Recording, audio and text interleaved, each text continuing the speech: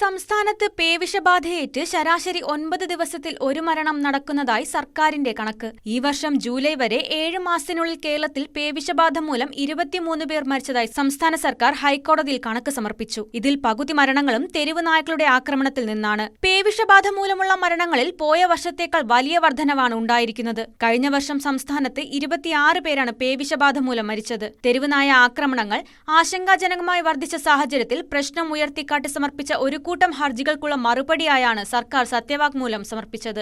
ഇരകൾക്ക് നഷ്ടപരിഹാരം നൽകണമെന്നും ഹർജിക്കാർ ആവശ്യപ്പെട്ടിരുന്നു. ഈ വർഷം റിപ്പോർട്ട് ചെയ്ത 23 മരണങ്ങളിൽ 11 തെരുവുനായ ആക്രമണം മൂലമാണ്. 4 വളർത്തുനായ്ക്കളുടെ ആക്രമണത്തിലും 3 മരണങ്ങൾ പൂച്ചകളുടെ ആക്രമണം കാരണവും സംഭവിച്ചതാണെന്ന് സർക്കാരിന്റെ കണക്കുകളിൽ പറയുന്നു.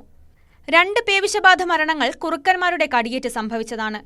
ശേഷിക്കുന്ന 3 മരണങ്ങളുടെ കാരണം അജ്ഞാതമാണ്. കഴിഞ്ഞ വർഷം സംസ്ഥാനത്ത് 26 പേരാണ് പേവിഷബാധ മൂലം മരിച്ചത്. ഇതിൽ 15 കേസുകളിൽ തെരുവ് നായ്ക്കളുടെ കടിയേറ്റിരുന്നു. 2024 ഓഗസ്റ്റിനും 2025 ജൂലൈ മാസത്തിനുമിടയിൽ സംസ്ഥാനത്ത് 3 ലക്ഷത്തിലധികം പേരെ നായ്ക്കൾ ആക്രമിച്ചതായുള്ള കേസുകളിൽ രേഖപ്പെടുത്തിയിട്ടുണ്ടെന്നും ഹൈക്കോടതിയിൽ സർക്കാർ സമർപ്പിച്ച കണക്കുകളിൽ വ്യക്തമാക്കുന്നു. 2024 ഓഗസ്റ്റ് മുതൽ 2025 ജൂലൈ വരെയുള്ള കാലയളവിൽ ആരോഗ്യവകുപ്പ് 3,02,831 നായ്ക്കളുടെ കടിയേറ്റ കേസുകൾ റിപ്പോർട്ട് ചെയ്തു.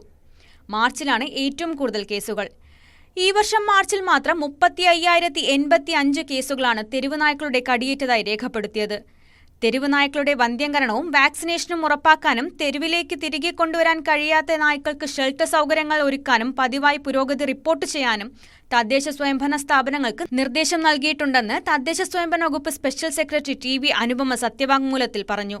നിലവിലുള്ള മൃഗജനന നിയന്ത്രണ കേന്ദ്രങ്ങൾക്ക് പുറമെ തെരുവ് നായ്ക്കളുടെ ശല്യം രൂക്ഷമായ പ്രദേശങ്ങളിൽ പോർട്ടബിൾ ABC സെന്ററുകൾ സ്ഥാപിക്കാൻ സർക്കാരിന്റെ ഉന്നതതല യോഗം തീരുമാനിച്ചതായും സത്യവാങ്മൂലത്തിൽ പറയുന്നുണ്ട്. പാലക്കാട് 4 എറണാകുളത്ത് 3 ഉൾപ്പെടെ സംസ്ഥാനത്ത് 17 ABC സെന്ററുകളുണ്ട്. തെരുവ് നായ്ക്കളുടെ ശല്യം നിയന്ത്രിക്കാൻ ഇന്ത്യൻ വെറ്ററിനറി അസോസിയേഷന്റെയും കുടുംബശ്രീയുടെയും സഹായം തേടാനും സർക്കാർ തീരുമാനിച്ചു. തെരുവ് നായ്ക്കളുടെ ആക്രമണ ഭീഷണികളെ മറികടക്കാൻ തദ്ദേശ സ്വയംഭരണ സ്ഥാപനങ്ങളെ പ്രാപ്തരാക്കുന്ന തരത്തിൽ ABC നിയമങ്ങൾ ഭേദഗതി ചെയ്യുന്നതിനുള്ള നിർദ്ദേശം കേന്ദ്ര സർക്കാരിന് സമർപ്പിക്കും. വളർത്തുനായ്ക്കളുടെ ലൈസൻസിംഗും വാക്സിനേഷനുകളും കർശനമാക്കുന്നതിനുള്ള നടപടികൾ സ്വീകരിക്കും.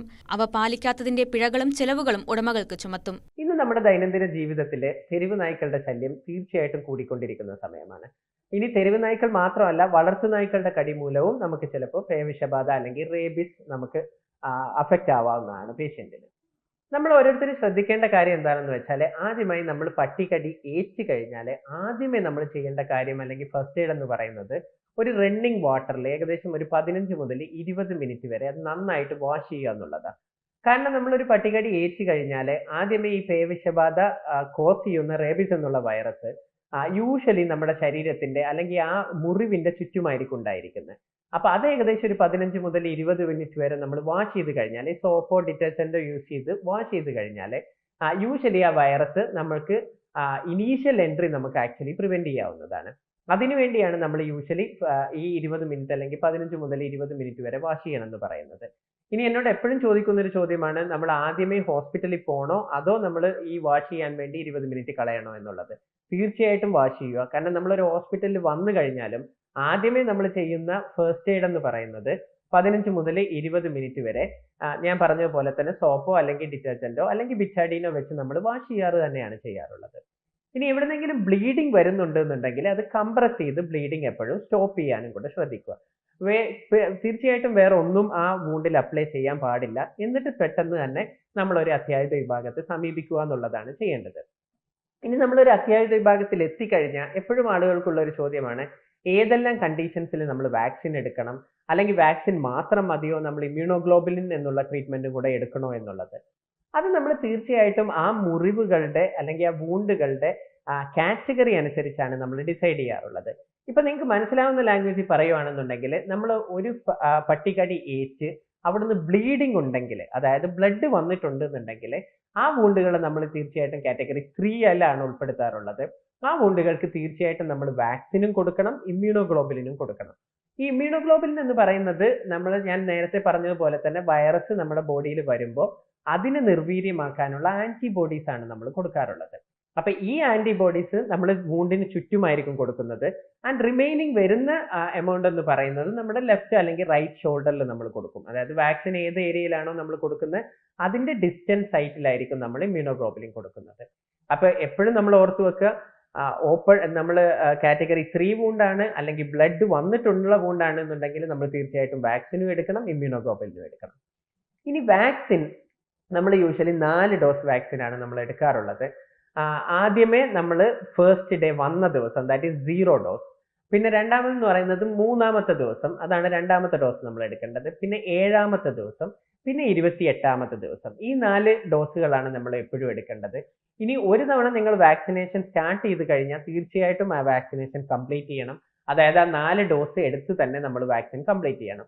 നമ്മൾ ഇൻട്രാമസ്കുലർ വാക്സിൻ ആയിരിക്കും കൊടുക്കുന്നത്. അത് നമ്മൾ യൂഷ്വലി ലെഫ്റ്റ് ഷോൾഡറിന്റെ ഡെൽറ്റോയിഡ് എന്നുള്ള മസിൽസിന്റെ ഏരിയയിലായിരിക്കും നമ്മൾ വാക്സിൻ കൊടുക്കാറുള്ളത്. ഇനി എപ്പോഴും എന്നോട് ചോദിക്കുന്ന ഒരു ക്വസ്റ്റ്യൻ ആണ്, വളർത്തു നായ്ക്കൾ കടിച്ചു കഴിഞ്ഞാൽ വാക്സിൻ എടുക്കണോ എന്നുള്ളത്. ഞാൻ തീർച്ചയായിട്ടും പറയുന്ന ഒരു അഭിപ്രായം എന്താണെന്ന് വെച്ചാൽ, വളർത്തു നായ്ക്കൾ കടിച്ചാലും റേബീസ് വാക്സിൻ എടുക്കണം. ഇനി അത് കാറ്റഗറി 3 വൂണ്ട് ആണെന്നുണ്ടെങ്കിൽ ഇമ്മ്യൂണോഗ്ലോബുലിനും എടുക്കണം. കാരണം നമ്മുടെ നാടെന്ന് പറയുന്നത് ഒരു റേബീസ് പ്രോൺ ഏരിയ ആണ്. കാരണം അപ്പോൾ വേണമെങ്കിൽ വളർത്തു നായ്ക്കൾ മുഖേനയും നമുക്ക് ആക്ച്വലി റേബീസ് വരാവുന്നതാണ്. ഇവൻ അവർ വാക്സിനേറ്റ് ചെയ്താലും ഇമ്മ്യൂണോഗ്ലോബുലിൻ കൊടുത്താലും 100% അവർക്ക് പ്രൊട്ടക്ഷൻ ഉണ്ടെന്ന് നമുക്ക് തീർച്ചയായിട്ടും പറയാൻ പറ്റത്തില്ല. അതുകൊണ്ട് തീർച്ചയായിട്ടും വാക്സിനും ഇമ്മ്യൂണോഗ്ലോബുലിനും എടുക്കുക എന്നുള്ളത് തന്നെയാണ് നിങ്ങൾ ഓരോരുത്തരും ചെയ്യേണ്ടത്.